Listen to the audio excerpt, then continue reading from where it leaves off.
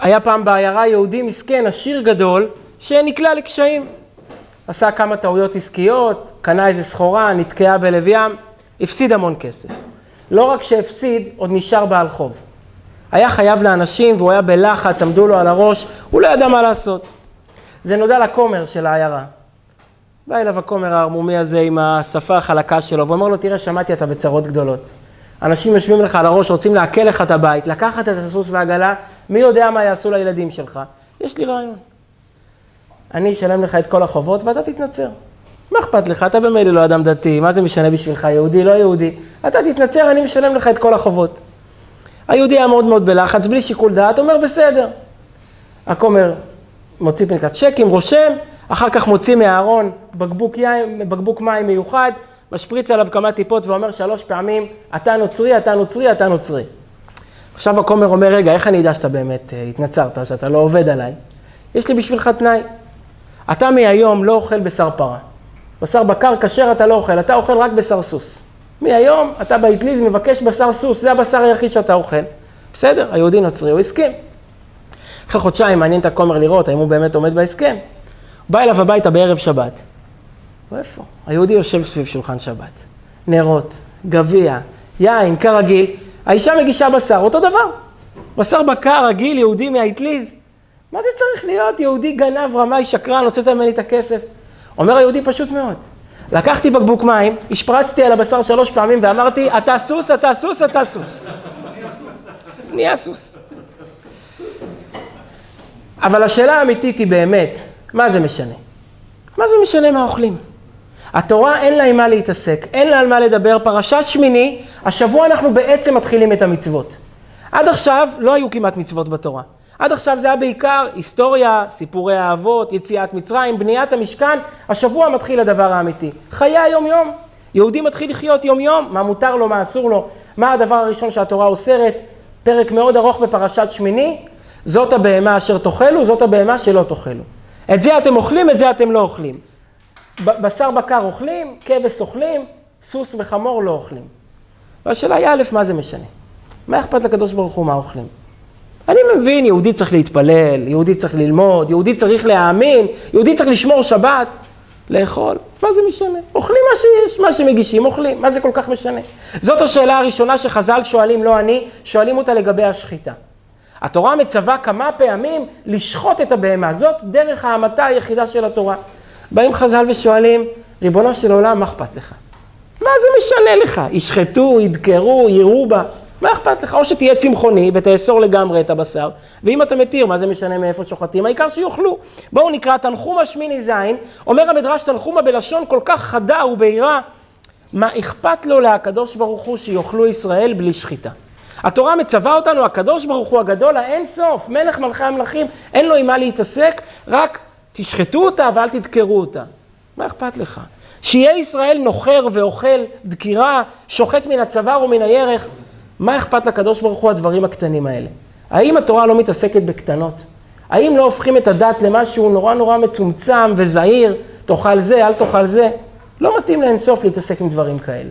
זו השאלה הראשונה. אבל השאלה השנייה והעיקרית, ועליה אנחנו רוצים לדבר היום כל השיעור, מה הסוד של סימני הכשרות? באה התורה ואומרת, רגע, אתם רוצים לדעת מה מותר לאכול ומה אסור? מאוד מאוד ברור. 2 סימנים.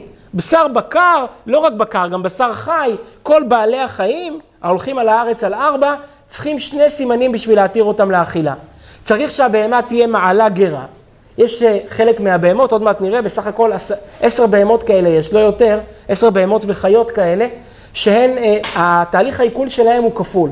הם בהתחלה אוכלים את האוכל, מורידים אותו מיד לקיבה בלי ללעוס, בלי לטחון, מורידים אותו מיד לקיבה, לקרס, אחר כך הוא עולה חזרה, ואז הן טוחנות ולועסות וטוחנות אותו, עוד מעט נסביר למה זה קורה.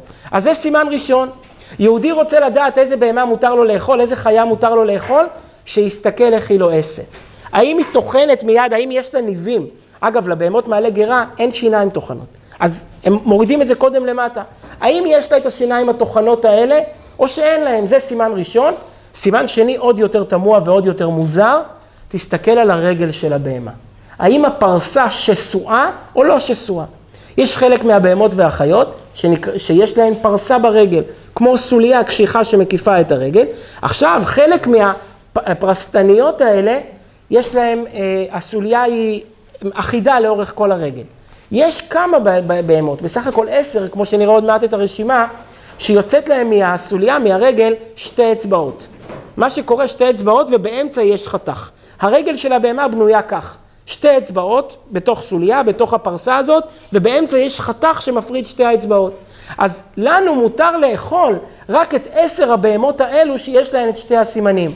תהליך העיכול הוא כפול, חוזר, והרגל חתוכה באמצע, חתוכה ל2, שסועה ל2, ימין ושמאל. ואתה מסתכל ואומר, יא ריבונו של עולם, מה זה משנה? זה הופך אותה ליותר טובה, לפחות טובה, אם יש לה ברגל אצבע 1 או 2 אצבעות או 4 אצבעות, או אם היא מעכלת ולועסת ולא אגב, דיני הכשרות הם לא המצאה של התורה. יש בכל מיני דתות קדומות, יש מושג של בשר טמא ובשר טהור, בשר חיובי ובשר שלילי, אבל שם החלוקה היא הגיונית. יש למשל כאלה שאומרים, צמחוניות כן, תודה רבה, צמחוניות כן, טורפות לא. בהמות צמחוניות שאוכלות רק מן הצומח, זה בהמות חיוביות, הבשר שלהם יותר רך, יותר עדין, לא אוכלות בשרים אחרים. בהמות טורפות שאוכלות בשר בעלי חיים, זה בהמות נחותות, אותם לא לאכול. הגיוני. עוד סוג של חלוקה שאומרת, בהמות מבויתות, כן? חיות שמסתובבות ביער, לא. אוקיי, הגיוני. התורה לא אומרת את זה. היא לא מחלקת בין בהמות לחיות. היא לא מחלקת בין צמחוניות לטורפות. זה הגיוני ומובן. מסתכלת על הרגליים של הבהמה. האם הרגל היא ככה או ככה? מה העניין? שואל אברבנאל, איך צורת הרגל של הבהמה יכולה להיות קשורה לאיכות שלה? יכולה להיות קשורה לרמה הרוחנית שלה, לרמה הקולינרית שלה, לכל דבר שנרצה לקשר את זה. אברבנאל שמיני י"א, שואל אצלנו אברבנאל בפרשה, למה זה התירה התורה לאכול הבהמה המפרסת פרסה ושוסעת שסע ומעלה גרה? כן, בהמה שהפרסה שלה שסועה ומעלה גרה, ואסרה באכילה בהמה שאין בה התנאים האלה. מהו הטוב והיושר שיש בתנאים אלה? בעבור תהיה הבהמה טהורה ובלתם תהיה טמאה. מה הרגל של הבהמה מעידה על האופי שלה? מה צורת העיכול של הבהמה מעידה על האופי שלה? אם כן, דיני הכשרות הם דינים מאוד מאוד תמוהים. אני כבר מקדים בתחילת הפרשה ואומר שדיני הכשרות זה חוק. זה חלק מהמצוות שאנחנו לא לגמרי מבינים אותם. למה מקיימים אותם? הוראות יצרן. אנחנו מאמינים לקדוש ברוך הוא. כשאתה קונה מכשיר חשמלי וכתוב לך לא לשים אותו בחום או בקור, אתה הולך לבדוק את זה? אתה לא הולך לבדוק את זה, אתה מאמין ליצרן שהוא יודע מה הוא מדבר, כנראה בדק. התורה ניתנה משמיים, התורה זה ספר ההוראות של הקדוש ברוך הוא, הוא מכיר, הוא ברא הכל, הוא יודע מה טוב או לא טוב, אנחנו מאמינים לו. אז אנחנו רוצים להבין איך צורת הרגל של הבהמה קשורה לעידון שלה. שני הסימנים צריך שהיא גם תהיה מעלה גרה וגם תהיה מפרסת פרסה. גם פרסה שסועה וגם מעלה גרה, יש בסך הכל 10 בעלי חיים כאלו בטבע, לא יותר. יש עוד 4 שיש בהם את 1 הסימנים, התורה מזכירה, אבל כאלו שיש בהם את 2 הסימנים, יש בסך הכל 10 בעלי חיים בטבע, לכן ליהודים מותר לאכול רק 10 בעלי חיים. אין הרבה מה להסתפק, יש בתורה את כל הרשימה. אם כן, 2 השאלות שאנחנו שואלים הן מתבקשות, מה זה? מה זה הסיפור הזה של דיני הכשרות? יהודי נוסע לחוץ לארץ, צריך לסחוב איתו סרדינים, לסחוב איתו טונות, לסחוב איתו פריחיות אורז, לסחוב איתו ירקות. שבוע, שבועיים הוא לא אוכל במסירות נפש. למה? מה זה משנה עם צורת הרגל שלה? במה? כי אין פה בהמות מפריסות פרסה. או שתהיה נגד בהמות, או שתהיה צמחוני, או שלא תהיה צמחוני. אבל ליצור את החלוקה הזאת, לומר יש בהמות טובות ובהמות רעות, זה מאוד מוזר. אז השאלה אם כן, מה באמת עומד מאחורי העניין הזה? למה יש בהמות טובות ויש בהמות רעות? עוד 2 נקודות קטנות, שהרבה פעמים אנשים שואלים את זה. התורה קוראת לבהמות לא רק אסורות ומותרות, זה היה קל להבנה. טהורות וטמאות. מה הפירוש חיה טמאה?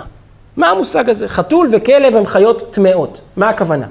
הם משרים בבית איזושהי רוח שלילית, רוח מגית, רוח דמונית, מביאים כללה. מה בדיוק העניין הזה שבהמה? אני מבין שבהמה כשרה, אני מבין שבהמה לא כשרה. אבל מה העניין הטהרה והטומאה לכאן? מי שנוגע בהם נטמא, צריך ללכת למקווה. מה זה בדיוק שורה? חתול הוא חיה נקייה, הכלב הוא חיה נאמנת. אז מה זה העניין הזה של הטהורה והטמאה כאן? מה העניין? ועוד שאלה אחרונה שכתובה בהרבה ספרים והיא מתבקשת. למה התורה אסרה את זה רק ליהודים? לכאורה זה לא דבר שצריך להיות קשור ליהודים וגויים. אם התורה חושבת שהמאכלים האלה לא טובים, אמרת שהם לא מעודנים, שהם מזיקים לנפש, שהם רעילים, שהם מסוכנים, אז מה, הקדוש ברוך הוא רוצה שרק יהודים יחיו וכולם ימותו? מילא אני מבין שבת, אתה יכול להגיד יום מנוחה, פריבילגיה ליהודים.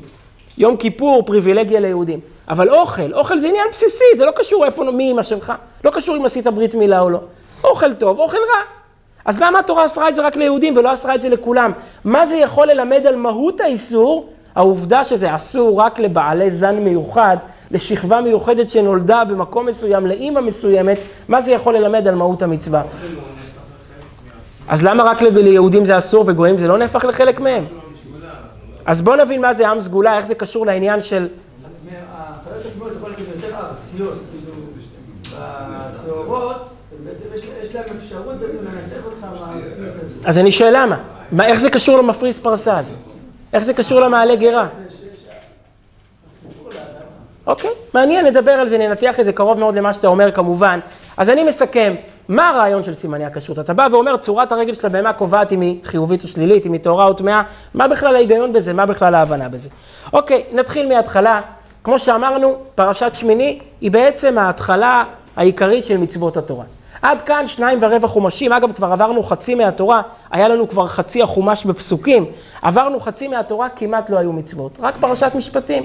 מעבר לזה, זאת אומרת, היו מצוות שקשורות לבית המקדש, קורבנות וכו', אבל מצוות שקשורות ליום יום, כמעט לא היו, היה בעיקר היסטוריה. השבוע פרשת שמיני יתחיל רצף של מצוות, תזריע מצורע, פרשת קדושים, בהר בחוקותיי, הרבה מאוד מצוות פרשה אחרי פרשה, מדברים על החיים. מתחיל שגרת היום יום של יהודי. מה מותר לו לעשות, מה אסור לו לעשות. עם מה התורה מתחילה, וזה מאוד מעניין, עם שמירת הפה. מבחינת התורה זה דבר מאוד מאוד חשוב, הנושא הזה שיהודי צריך לשמור על הפה. בכלל בעולם הפה זה עבר לא חשוב. אמרתי, לא אמרתי, מה זה משנה? הדבר שאיתו התורה מתחילה, יהודי חושב 10 פעמים לפני שהוא מכניס משהו לפה. אגב, נמשיך עם זה שבוע הבא, תזריע מצורע לשון הרע, לא רק מה אתה מכניס לפה, גם מה אתה מוציא מהפה. שוב, הכל מסתובב, מספרים על צדיק אחד, נזכיר את זה גם שבוע הבא, על צדיק אחד שהגיע פעם עם הקהילה שלו, עבר בדרך, ובדרך עוצרים באכסניה לאכול משהו. אז הרבי צריך לאכול, אז נכנסים למטבח, טבחית זקנה, ומתחילים לחקור אותה. איפה היא קונה את הבשר, ואיפה היא קונה את הדגים, ואיפה היא קונה את הפלפל השחור, ואיפה היא קונה את הפפריקה, ואיפה היא כל אחד מהתבלינים, שהכל יהיה הכי כשר והכי מהודר. היא הכינה להם בשר טעים עם יין טוב, והם יושבים ואוכלים, ואז מה עושים כשמתחילים לאכול? מדברים לשון הרע. ראית את זה, ראית את זאת, ראית את זה, מתחילים לדבר לשון הרע. אומר להם הרבי, חבר'ה, אתם כל כך מקפידים על מה שמכניסים לפה. צריך לשים לב גם מה שמוציאים מהפה, זה גם דבר חשוב מאוד. אז התורה מתחילה, גם השבוע, גם שבוע הבא, עם הפה, שמירת הפה. בעניין הזה יש דבר מדהים. כמה התורה מתייחסת ברצינות לעבר הזה שנקרא פה, לעבר הזה שנקרא פה. יש בגמרא כלל שחוזר על עצמו כמה פעמים בגמרא, שאומר, הקדוש ברוך הוא מגן על הפה של הצדיקים. זאת אומרת, הקדוש ברוך הוא שומר שצדיקים לא ייכשלו באכילת איסור. והגמרא מוכיחה לזה מבהמתם של צדיקים. שאפילו הבהמות של הצדיקים לא נכשלות באכילת איסור. הן כל כך מושפעות מהאווירה בבית, מהצדקות בבית, שהבהמה כבר מחכה את האדון, והגמרא מספרת על זה סיפור, שקשה להאמין בו, אבל הגמרא אומרת, אז הוא היה. הגמרא מספרת על רבי פנחס בן יאיר, שהלך פעם עם החמור שלו בדרך, ונכנס לפונדק. פעם היו הולכים מרחקים, זה לא כמו היום, אתה לא יצאת וחזרת באותו יום הביתה, היית הולך מרחקים. והוא נכנס בדרך לפונדק לאכול, פונדק של אנשים יהודים. ועוד התרגשו רבי פנחס בן יאיר, התנא, שהיה או החותן של רבי שמעון בר יוחאי, או החתן של רבי שמעון בר יוחאי, היה איש חשוב מאוד, והם רוצים לפנק אותו. אז הם לא רק נותנים לו אוכל, יוצאים החוצה ונותנים לחמור שלו אוכל. שמו לפני החמור שעורים שיוכל. החמור לא אוכל. חזרו לרבי פנחס בן יאיר, אמרו לו, תגיד לי, מה זה הוא לא אוכל? מה, הוא בצום, הוא בתענית, 9 באב, למה הוא לא אוכל? אומר להם, מה ההכשר של השעורים? החמור שלי מחמיר.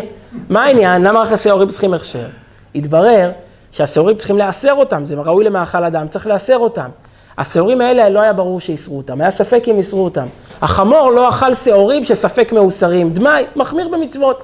אומרת הגמרא, תראה כמה הקדוש ברוך הוא שומר על הצדיקים, שלא ייכשלו בשוגג, שאפילו החמור שלהם לא נכשל בשוגג, כל שכן הצדיק בעצמו. זה אמיתי. הגמרא מספרת את זה, בכמה מקומות חוזרת על הסיפור הזה. אם אנו כחמורים, ולא כחמורים של רבי פנחס בן יאיר, כמה פעמים הגמרא חוזרת על זה? שואל תוספות במקום שאלה עצומה כמו שאתה תמה. שואל תוספות, סליחה, מה אתה אומר לי שהקדוש ברוך הוא מגן על הצדיקים? בוא אני אספר לך כמה צדיקים נכשלים. והוא מביא 2 דוגמאות שצדיקים גדולים, תנאים, הצדיקים הכי גדולים שיש, נכשלו ב2 עבירות מאוד מאוד חמורות, בשוגג. אחד הוא רבי ישמעאל. רבי ישמעאל ישב פעם בליל שבת ולמד. עכשיו צריך להבין את הסיטואציה, זה פעם, לפני 2000 שנה, אין חשמל, יושבים לאור הנר, יש איזה נר קטן שככה בקושי מהיר, ולאורו קוראים בליל שבת מאוחר בלילה. והוא מרוב שהיה עסוק בסוגיה, וככה כנראה היו אותיות קטנות ולא ראה, לקח את הנר והיטה אותו כדי לראות. וזה חילול שבת מדאורייתא. כי כשאתה מטה את הנר, אתה מבעיר את האש, כי הרי ככל שהפתילה מתקרבת לאש, ככה היא גדלה וקטנה. חילול שבת מדאורייתא. פתאום הוא שם לב מעשה, אולי נטף לו על היד, הוא התעורר מעשה. שבת, לקחתי נר ביד ונטפתי, רבי ישמעאל כהן גדול, איזה אסון. אמר, זה כבר היה אחרי החורבן. הוא אמר, כשיבנה בית המקדש, אביא חטאת שמנה. אני אביא קורבן, לא סתם קורבן שמן, לכפר על החטא הנורא הזה. רשם על פנקסור, נכון? שבת י"ב, שואל תוספות, אז מה אתה אומר לי? שהקדוש ברוך הוא מגן על החמור של הצדיקים? הצדיקים בעצמם נכשלים בחילול שבת, עבירה נוראה. יותר חמור מלאכול ספק מעשר או לא לאכול ספק מעשר. עוד דוגמה הוא מביא, דוגמה עוד יותר נוראה. על יהודה בן טבעי, אנחנו מכירים אותו, היה נשיא הסנהדרין בזמן בית המקדש השני, מכירים את זה מפרקי אבות. יהודה בן טבעי פעם הרג אדם שלא היה חייב מיתה. הוא הרג עד זומם, לפי ההלכה לא היה חייב מיתה, והוא עשה טעות והרג אותו. אז אומר תוספות, תראה, צדיקים נכשלים ברצח, בתוך הסנהדרין, בתוך הדיון. אז אתה מספר לי שהקדוש ברוך הוא שומר על חמורם של צדיקים שלא יאכל ספק איסור, שמה זה בכלל? ותוספות עונה תשובה מדהימה ונקרא אותה מבפנים. תוספות שבת י"ב, מובא 2, לגבי שבת דף י"ב, לגבי רבי ישמעאל שהיטה את הנר בשבת, ולגבי יהודה בן טבעי שהרג בשוגגת זומם, לא מקשים והרי השם אינו מביא תקלה על בהמתם של צדיקים, כמו חמורו של רבי פנחס בן יאיר. עונה תוספות תשובה מרתקת. אומר רבינו תם, לא מקשים כך בשום מקום, רק לגבי אכילת איסור, שהוא גנאי לצדיק ביותר. לצדיק יש בחירה חופשית, הוא יכול לחטוא כמו כולם. דבר אחד יש לו הגנה, יש לו הזעקה. הקדוש ברוך הוא מגן עליו שלא ייכשל באכילת איסור. כי זה בעיני התורה יותר מכוער אפילו מלחלל שבת. מדהים, אנחנו רואים כמה התורה מתייחסת ברצינות לאוכל.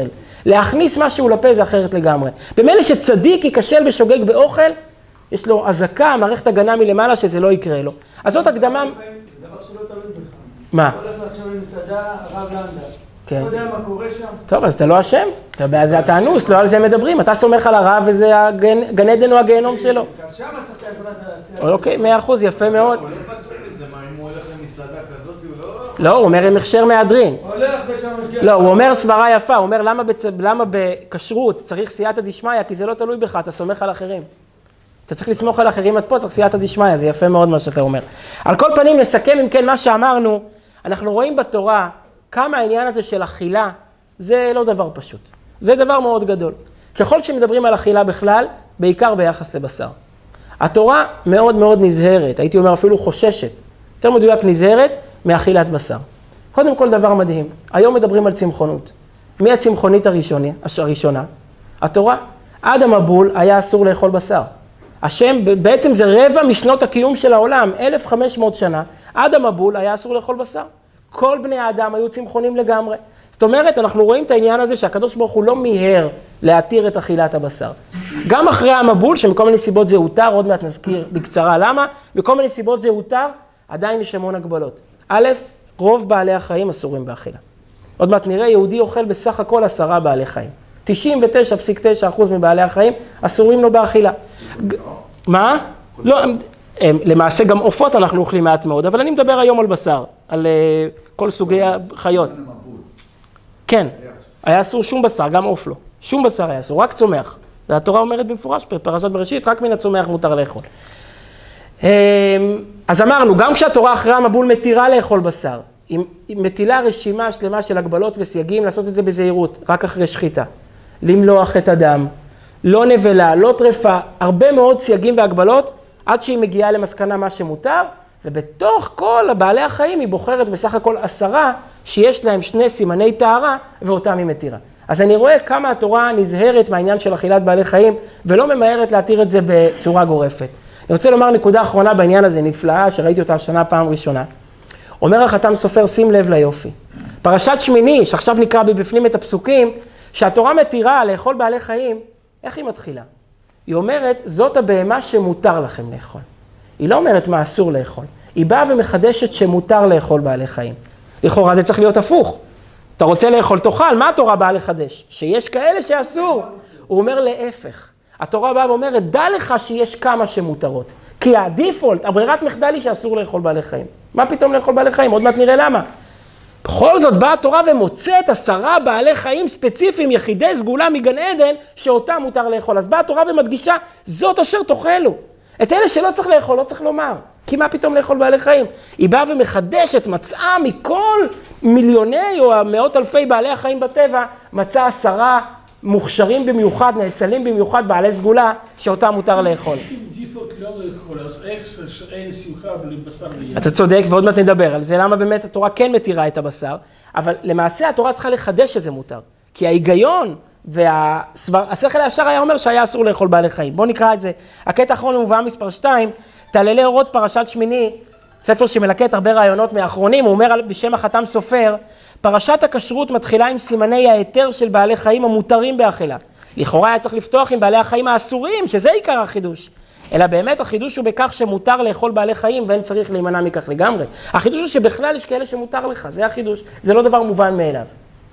הרי הבשר שאסור לאכול, זה הרשימה היא ענקית. נכון. הוא לא מקיא את הכל, לוקח רק את המותרים, נכון? זה רק 10, ובמילא מובן שכל מה שלא הזכרתי לך, אסור. אוקיי, מה הם אותם 10 מיוחדים? אמרנו אלה שיש להם 2 סימני טהרה, נקרא את זה מבפנים.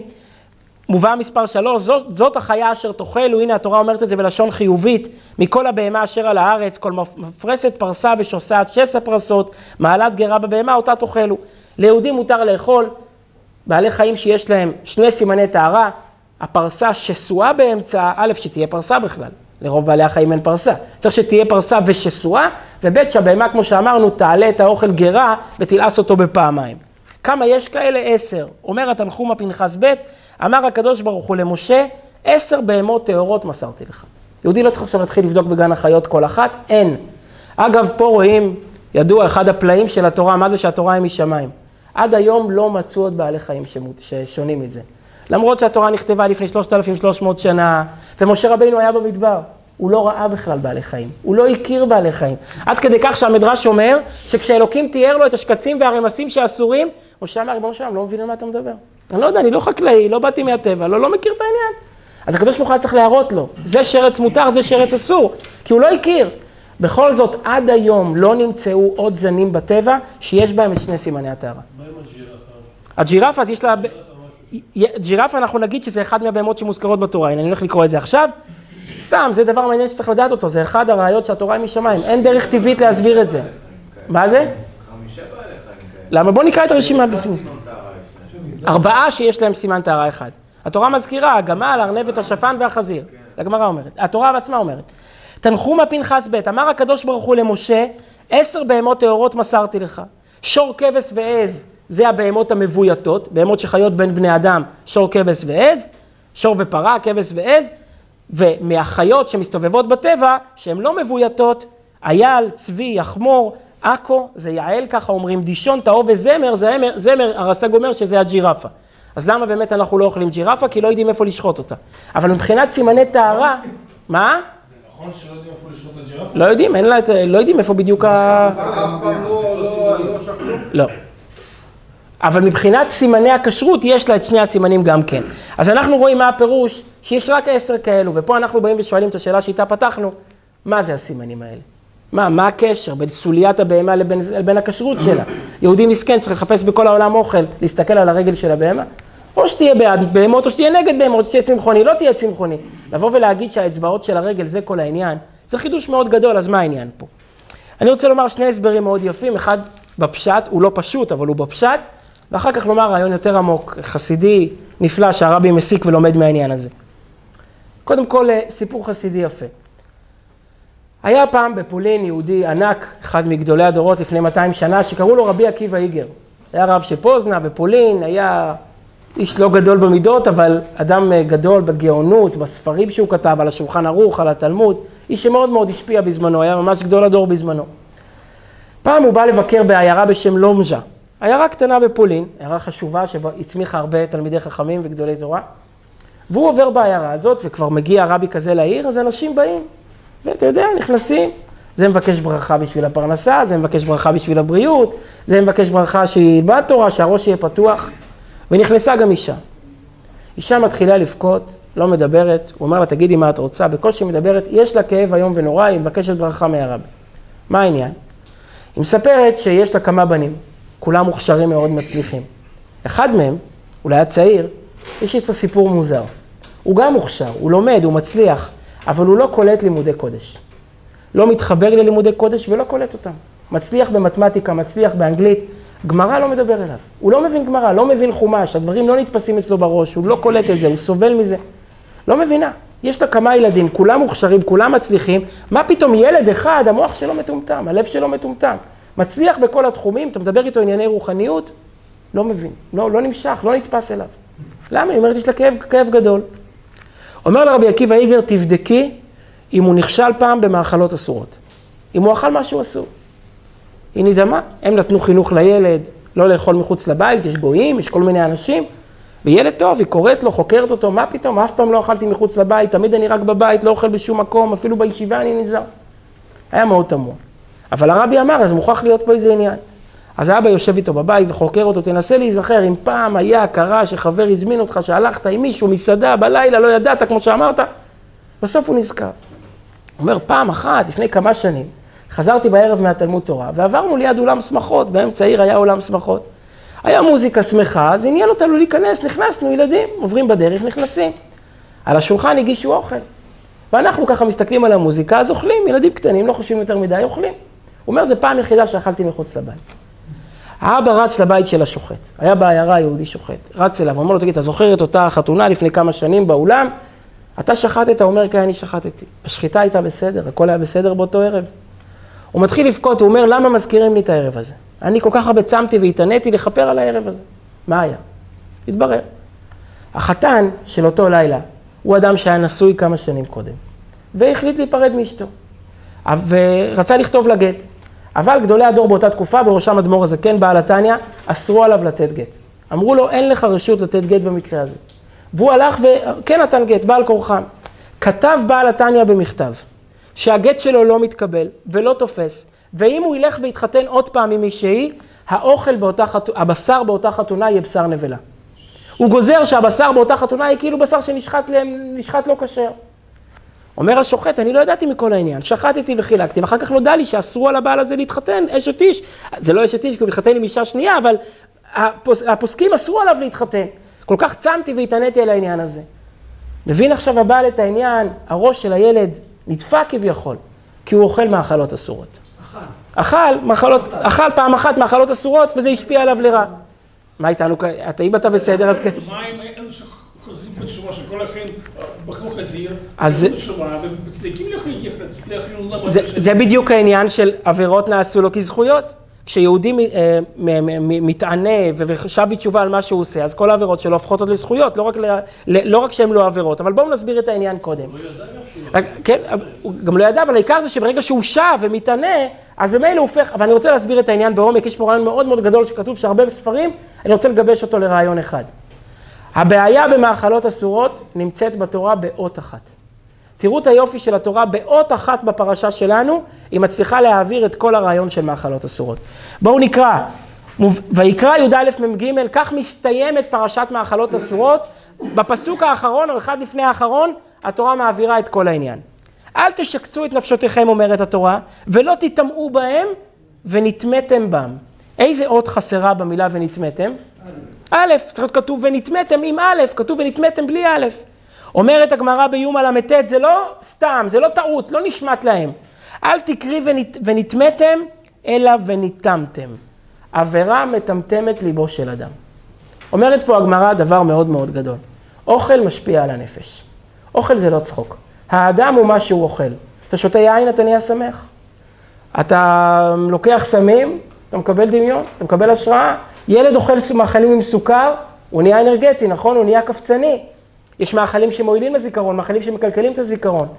בשר בעלי חיים מוריד את הנפש, פוגם בצלילות של הנפש. כשאדם אוכל בהמה, הוא בעצמו נהיה בהמה. זה משפיע לרעה על העדינות שלו, בשר בעלי חיים נותן בו אדישות, קהות חושים, ומפריע לו לרגישות הרוחנית. מה הבעיה בזה? ולמה זה רק ליהודי? אז אני רוצה לומר עניין מאוד מאוד מיוחד ומאוד עמוק, שזה ממש תמצית העניין. ליהודי יש שליחות. יהודי הוא לא כמו כל העולם. יש לנו ייעוד מיוחד ששונה מכל העמים.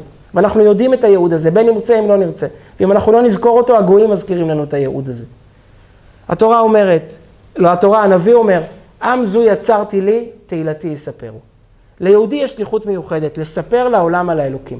להנכיח את המציאות של האלוקים. להיות בעצם מציאותו ראיה לקיומו של הבורא. יהודי עושה קידוש על היין, הוא מזכיר שיש אלוקים. הוא שם מזוזה על הדלת, הוא מזכיר שיש אלוקים בעולם. כל התפקיד של העם היהודי זה להיות ראיה לקיומו של האלוקים. לבשר את הבשורה של הקדוש ברוך הוא, את הבשורה שיש בורא לעולם. בשביל להצליח במשימה הזאת, יראת שמיים, אהבת השם, צריך עדינות רוחנית. צריך רגישות, צריך חיישנים שקולטים רוחניות. בשר מפריע לרגישות רוחנית. באה התורה ואומרת, אתם לא אוכלים בשר, אתם לא אוכלים. לא כל בשר מותר לכם, כי זה יכול להוריד אתכם. זה יכול לפגום בצלילות, בעדינות, זה גורם לאדישות, לתאווה, להיות שטוף בבשרים. אני רוצה לספר סיפור יפה על זה כדי להמחיש את העניין. היה בכפר חב"ד יהודי, הכרתי אותו, כבר הזכרתי אותו הרבה פעמים, בשם רבי מנדל פוטרפס. רבי מנדל פוטרפס נשלח לסיביר בסירות נפש. הוא הציל יהודים ממש. היה ב-46, פתחו את הגבול בין רוסיה לפולין. כי הפולנים רצו להחזיר את האנשים שברחו אחרי המלחמה, לשקם את המדינה. אז פתחו לכמה חודשים את הגבול בין רוסיה לפולין. אמרו, כל מי שיש לו ניירות פולניים יכול לחזור. אנשים ברוסיה קלטו שגן עדן נפתח. שיא האימה, מסך הברזל, הימים של סטלין, אפשר לצאת מרוסיה. אתה יוצא לפולין, משם הדלת פתוחה לעולם הגדול, לאמריקה, לארץ, לכל מקום. באו חבר'ה והתחילו לזייף ניירות פולנים. פשוט כדי להציל משם כמה שיותר אנשים, הקימו כמה חבר'ה צעירים, בני 18-19 מעבדה. הוציאו משם נשים, ילדים, זקנים, הצילו לאנשים האלה את החיים. אנשים יצאו לצרפת, יצאו לאמריקה, יצאו לאירופה, התחילו את החיים, הגיעו לארץ. כפר חב"ד היה מבוסס על האנשים האלה שיצאו באותם שנים. שלא היה גן עדן בפולין. ואחד מאלו שהקימו את הוועד היה הרב דוברבסקי. נכון, כן, היה אחד מהם, נכון, משה חיים דוברבסקי היה אחד מהם. ואותו רבי מנדל פוטרפס היה בחור צעיר, סבא, שהוביל את כל העניין הזה, ובסוף כבר היה לו דרכון לברוח, והוא התחרט והחליט לא לברוח, בסוף תפסו אותו. שלחו אותו לסיביר ל8-9 שנים, היה שם לבד, בסוף העולם במחנות עבודה. הוא החליט כשהוא בא לשם שהוא מקפיד על כשרות. יהיה מה שיהיה, הוא לא אוכל לא כשר, ולא היה מה לאכול, זה לא אוכל בהזמנה. אתה בסיביר, במחנה עבודה, אז הוא פשוט צם והתענה ימים שלמים, ואיבד את המשקל, וצריך לצאת כל בוקר מוקדם לעבודה, אחרת אתה תיפול בשלג ויקברו אותך שם. ערב אחד הוא הרגיש שהוא מתעלף. הוא פשוט רואה עיגולים שחורים, הוא כבר לא יכול לעמוד, הוא לא עומד על הרגליים. אז הוא באמצע הלילה טיפס על החלון של המטבח, נכנס לתוך המטבח, וחיפש לראות אם הביאו משהו שאפשר לאכול, משהו שהוא לא בשר. הוא רואה שהגיעה חבית גדולה עם שפרוטים. ברוסיה יש את הדגים הקטנים האלה. שפרוטים, מה יכול להיות כבר בדגים? בסדר, אני אוכל. הוא כבר העיניים שלו נוצצות והוא בא לקחת ולאכול, ואז הוא שם לב בחושך שהחבית מבריקה מבפנים. יש לה ברק. משכו אותה מבפנים באיזשהו שומן, לשמור על הטריות של הדגים. התחיל לו ספק, אולי זה שומן חזיר. אבל ואז הוא מתחיל להיות תלמיד חכם. רגע, קודם כל זה ספק אם זה בכלל שומן חזיר. גם אם זה שומן חזיר, אולי השומן בטל ב-60 ביחס לכל הכמות של הדגים, וכן נגע בשומן ולא נגע, ובכלל אני בפיקוח נפש, אני עוד רגע ימות פה. כמעט בא ואכל, אבל אז הוא נזכר שכמה שנים קודם הוא היה אצל הרבי הקודם, אצל החמיב של הרבי מלובביץ', והרבי נתן לו ברכה, שיאריך ימים מתוך יראת שמיים.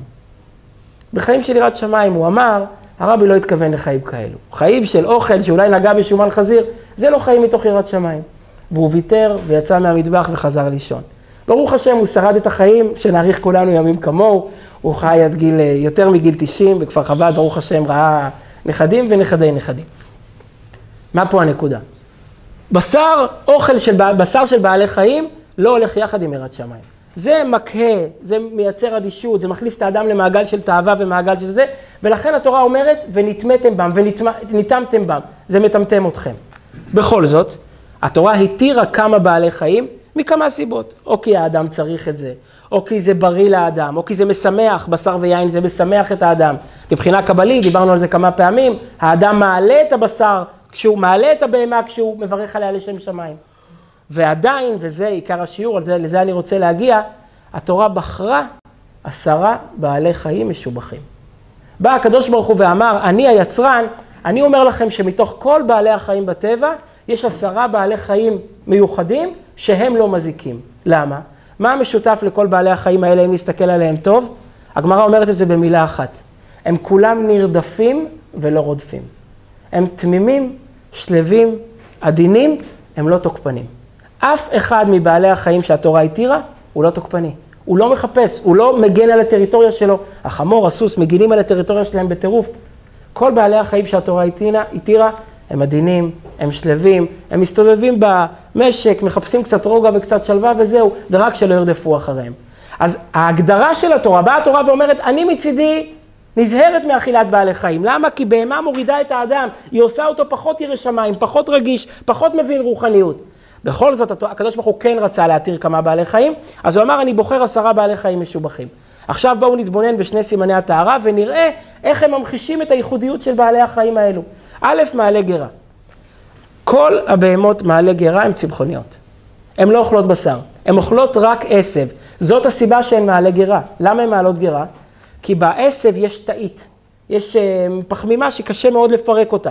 לכן הבהמה עושה את זה בשני שלבים. אין לה את היכולת לפרק את המינרל הזה, את הפחמימה הזאת, אז היא מורידה אותו לקרס, החומצות שבקרס בקיבה מתחילות את הפירוק, ואז הוא הולך חזרה והיא לועסת אותו וטוחנת אותו. אז זה העניין הראשון. התורה בוחרת מכל הבהמות בטבע 10 שהן צמחוניות. אוכלות רק עשב. זה כבר מראה על העדינות שלהם. הדבר השני שאותו ראיתי השנה בפעם הראשונה ברלב"ג, והוא כל כך מקסים, מפרסת פרסה. מה הרעיון של מפרסת פרסה? בהמה מפרסת פרסה לא בועטת. הבעיטה שלה לא מדויקת. הבהמות שהן לא מפריסות פרסה, כמו הסוס, כמו החמור, הבעיטה שלהם זה חתיכת הצלפה. זה עושה אותן יותר תוקפניות. בהמה שהפרסה שלה חתוכה, אז הבעיטה שלה לא מדויקת ולא חזקה. ולכן הבהמות שהן מפריסות פרסה הן לא תוקפניות. מה שהתורה אומרת, בחרתי לכם מתוך כל 10, מתוך כל מאות אלפי בעלי החיים בטבע, את 10 הכי רגועות, הכי שלבות, הכי תמימות, שרק רוצות חיים טובים. לא רוצות להפריע לאף אחד, לא רוצות לפגוע באף אחד. אכפת לך כשאני אקרא? תעשה כבוד לא לי, למפרשים. נקרא כמה קטעים ביחד. א' ברמב"ן. אומר הרמב"ן, הרעיון של מאכלות אסורות ומאכלות כשרות, זה טהרת הנפש. שאלנו למה התורה קוראת להם בהמות טהורות, בהמות טמאות? למה? מה העניין? הוא אומר, לא שהן עצמן טהרות וטמאות, אומר הרמב"ן, אלא שהן משרות טהרה על הנפש או טומאה על הנפש. בשר של בהמה טמאה משרה על הנפש טומאה, הוא מוריד אותנו, הוא מטמטם אותנו, הוא הופך אותנו לבהמות לבעלי חיים בעצמנו, פחות בצלם אלוקים. מה?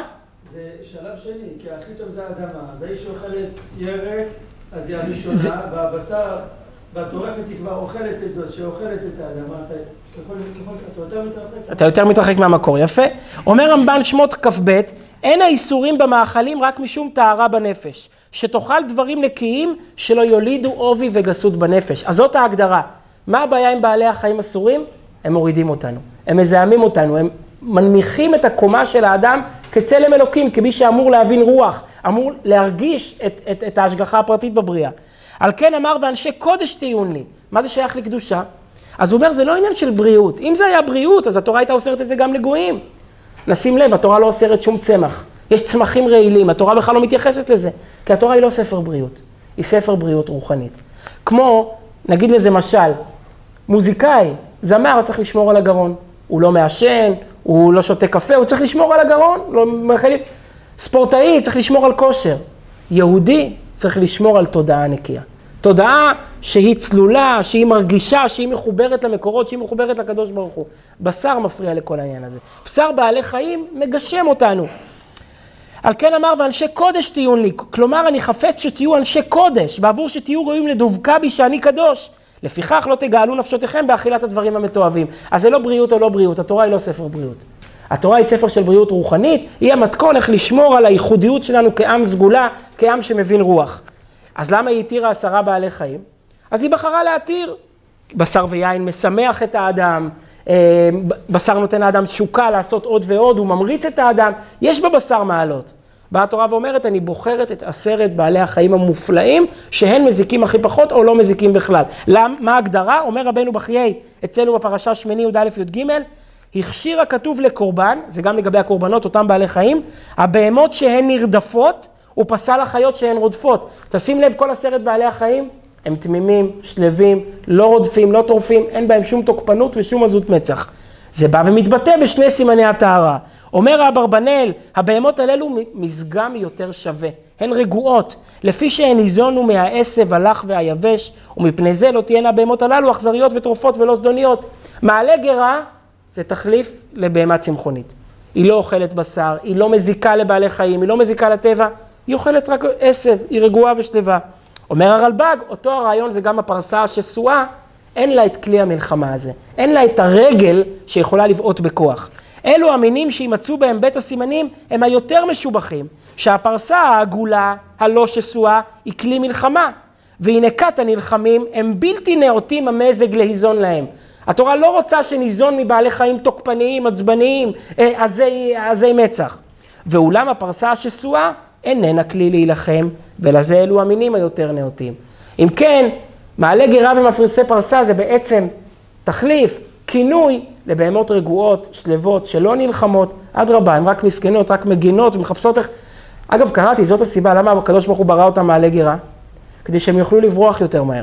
היות שהן נרדפות, אז הפרה יכולה להכניס כמויות של אוכל לתוך הפה, כי היא לא לועסת אותו. מכניסה, מורידה לכרס, שם זה מחסן, ואז היא בורחת לאיזשהו מסתור, ויכולה ללעוס אותו שוב ולבצע את כל התהליך.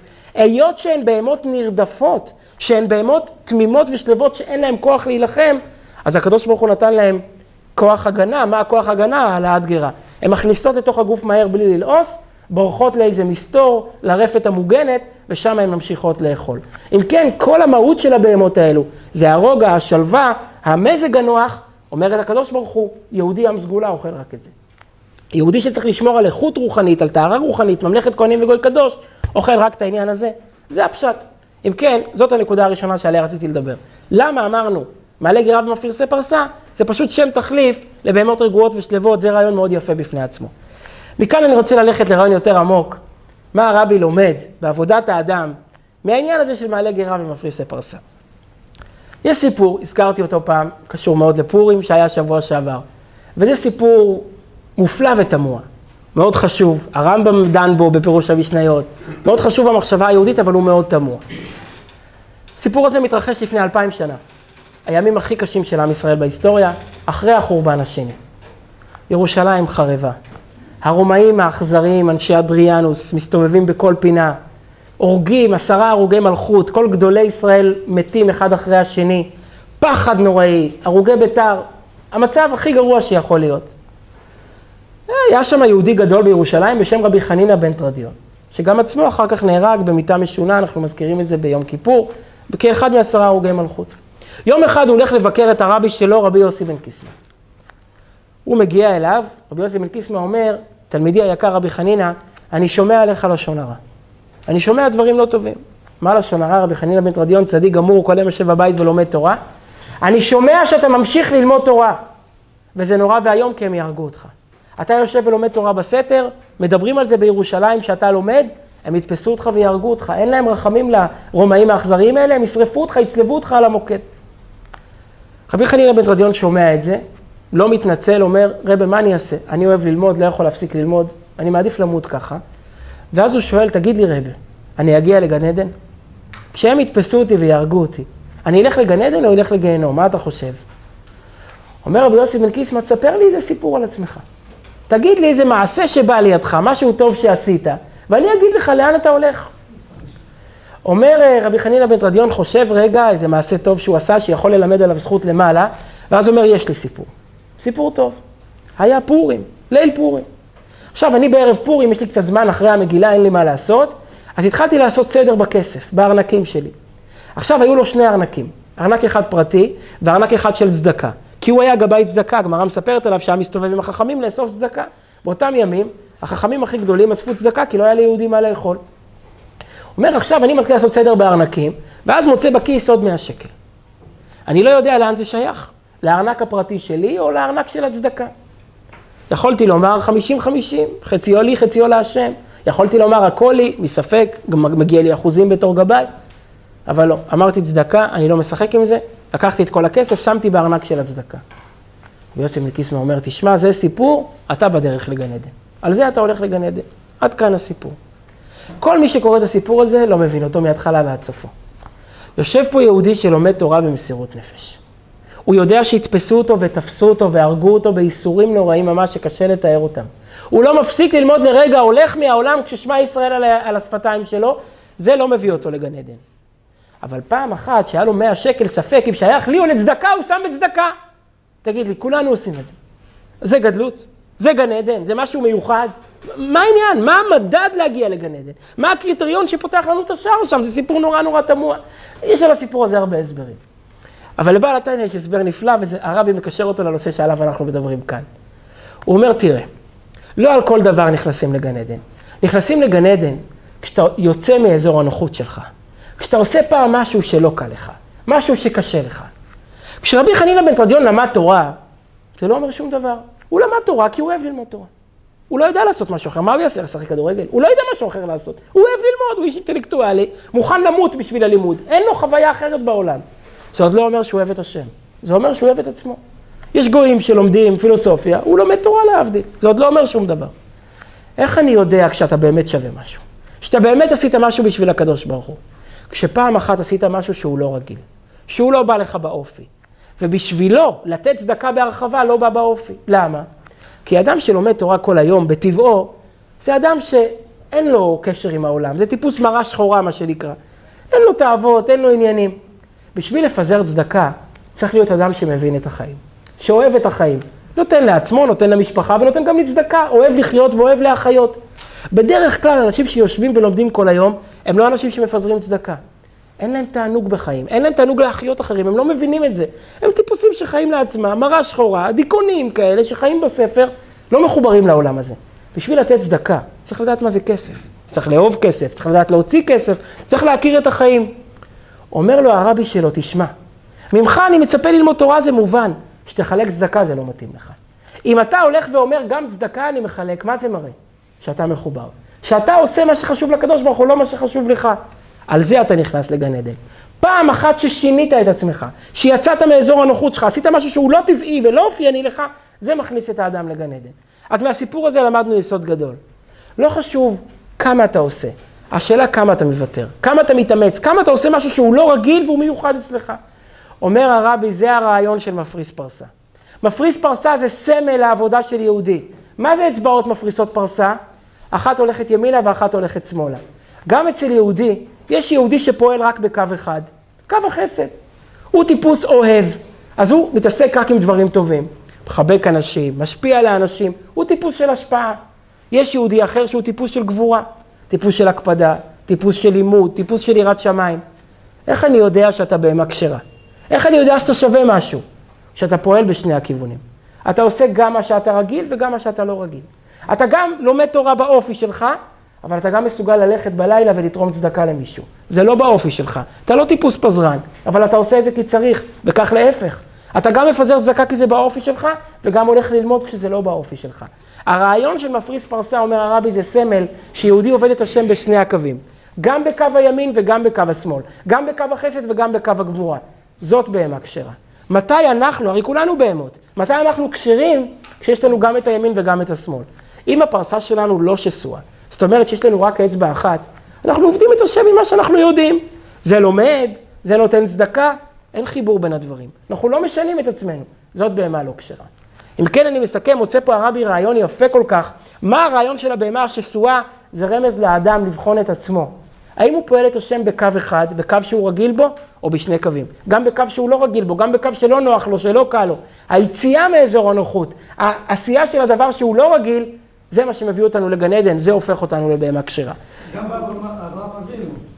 אני לשם הולך להגיע. אז אני אגיד את זה עכשיו, וזה מה שמסביר הליקוטי תורה לגבי אברהם אבינו, כך הוא מתרץ את השאלה הנפלאה שכל המפרשים שואלים אותה. כך נע את בנך את יחידך. בכל הניסיונות הקודמים, 9 ניסיונות, הקדוש ברוך הוא לא אמר לאברהם בבקשה. אמר לו, תעשה, ואברהם עשה, לך לך. לא אמר, נע לך לך מארצך, לך לך נע מארצך ומולדתך. לך, ואברהם הלך. גרש את ישמעאל מהבית, גירש. כל הניסיונות שהיו אחד אחרי אחד, כולם אברהם עשה, לך למלחמה להציל את לוט, הלך. כשמגיעים לניסיון האחרון, לשחוט את הילד, אומר לו הקדוש ברוך הוא, כך נע, בבקשה תעשה את זה. אומר המדרש למה? אמר לו הקדוש ברוך הוא משפט מדהים. תעמוד בניסיון הזה, שלא יאמרו אין ממש בכל הניסיונות הקודמים. אם לא תעמוד בניסיון הזה, יגידו שעזוב, כל הניסיונות הקודמים הם שטויות. כל אחד שקורא את זה מתפלא.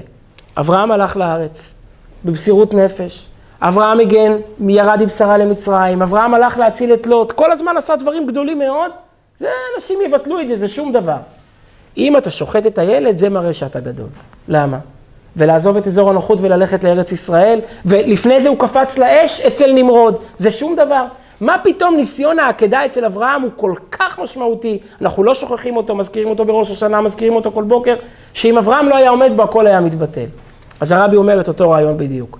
כל הניסיונות הקודמים, אברהם עשה את מה שהוא אוהב, את מה שהוא יודע. מה עשו? אמרו לו, לך לארץ ישראל, תשפיע אמונה. זה מה שהוא אהב. קפוץ לאש על האמונה שלך. הוא קפץ לאש על האמונה שלו. לך תציל את לוט. אברהם היה חסד, הוא הציל את לוט. לך תארח את המלאכים. ברית מילה. מה? אפילו ברית מילה, סוף סוף זה להראות את האמונה שלך, לתבוע אותה בבשר. הוא לא פעל נגד עצמו. הוא לא פעל נגד האני מאמין שלו. עכשיו בא הקדוש ברוך הוא. אומר לאיש הטוב הזה, האיש שמארח מלאכים, האיש שמציל את לוט, האיש שכל הזמן רק עוזר לאנשים, לך תשחוט את הילד שלך. כל החיים אתה תצטרך לחיות עם התחושה שאני הרגתי את הבן שלי. אברהם צריך עכשיו לפגוע במה? בעצמו. באני מאמין שלו. בסולם הערכים הכי גדול שלו. אומר הקדוש ברוך הוא, אם תעמוד בזה אני אדע שאתה שלי. אם תהיה מסוגל לצאת מאזור הנוחות, לעשות משהו שאתה לא מאמין בו, שאין בו אינטרס, שמנוגד לאופי שלך, כך נע, אני יודע שאתה שלי. כל זמן שאתה עושה דברים שנוחים לך ואתה מוכן בשבילם למסור את הנפש, זה עוד לא שום דבר. אגב, להבדיל, גם המוסלמים מוסרים את הנפש. גם מי שהתפוצץ שבוע שעבר בבלגיה, הוא גם מוסר את הנפש. אבל הם עושים משהו שיש להם בו אינטרס. זה לא חוכמה. מה הם עושים? הם רוצים להציל את אירופה, להציל את פלסטין, לא להציל שום דבר, לקבור הם רוצים. בסדר. כשאתה עושה משהו עם אינטרס, עוד לא אומר שום דבר. לך תעשה משהו שאתה לא מבין אותו, שאתה לא מאמין בו, שהוא מנוגד לאופי שלך, שלא יוביל אותך לשום מקום. נראה אז מה תהיה שווה. זה הסיפור של אברהם אבינו, וזה הסיפור של רבי חנינא בן תרדיון, וזה הסיפור של האצבע השסועה. הפרסה השסועה אומרת, יהודי פועל את השם בשני הכיוונים. גם מה שנוח לו, גם מה שלא נוח לו. גם מה שבאופי שלו, גם מה שלא באופי שלו. גם מה שהוא מבין, גם מה שהוא לא מבין. שני הכיוונים יחד מעידים שאנחנו בהמה כשרה, בהמה שבאמת מסורה לקדוש ברוך הוא ולא מסורה לעצמה. בואו נקרא בליקוטי שיחות, חלק ב' עמוד 375. בתורה אור מובא הסיפור של רבי חנינא בן תרדיון בעבודה זרה י"ח, שעשה שני מעשים. אחד בקו החסד והשני בקו הגבורה ובאותה חיות. הוא גם נתן צדקה וגם למד תורה באותה חיות ממש, למרות שרק מעשה אחד הוא באופי שלו. ובכך נודע שהוא לא עושה מצד הטבע, אלא מצד עבודה. כי אם מצד הטבע אי אפשר לעשות שני דברים הפוכים באותה חיות. זה אומר הרבי הסימן של מפרסת פרסה, זה לא סימן, זה רמז של מפרסת פרסה. כאשר מתעסקים רק בצד אחד, ייתכן שזהו מצד הטבע הרגילות. כשיהודי בא ולומד תורה כל יום, זה עוד לא אומר שום דבר. ייתכן שהוא אוהב ללמוד. יש אנשים שהולכים לאוניברסיטה, הוא בא לישיבה. זה עוד לא אומר שום דבר. הסימן של בהמה טהורה היא שפרסתה שסועה והולכת ימינה ושמאלה לשני הכיוונים. זה אדם שיוצא מטבעו ועושה את השליחות של האדם העליון היכן ששולחים אותו. הוא כן מבין, הוא לא מבין, זה כן מתאים לו, זה לא מתאים לו, זה כן באופי שלו, זה לא באופי שלו. אמרו לו, הוא עושה. יש מהשלוחים של הרבי, אנשים שקצת יכירו אותם מקרוב, שלוחים שהפכו עולמות, שהקימו מוסדות והקימו בניינים ומגייסים כסף במיליונים. כשאתה מתקרב אליו אתה רואה שהם לא שייכים לזה בכלל. זה לא האופי שלהם. הם לא טיפוסים של השפעה, ולא טיפוסים של נאומים, ולא רטוריקנים גדולים. מה הם? שלוחים. שלחו אותם והם יצאו. זה בדיוק הרעיון. מפרסת פרסה זה אדם שאומרים לו והוא עושה.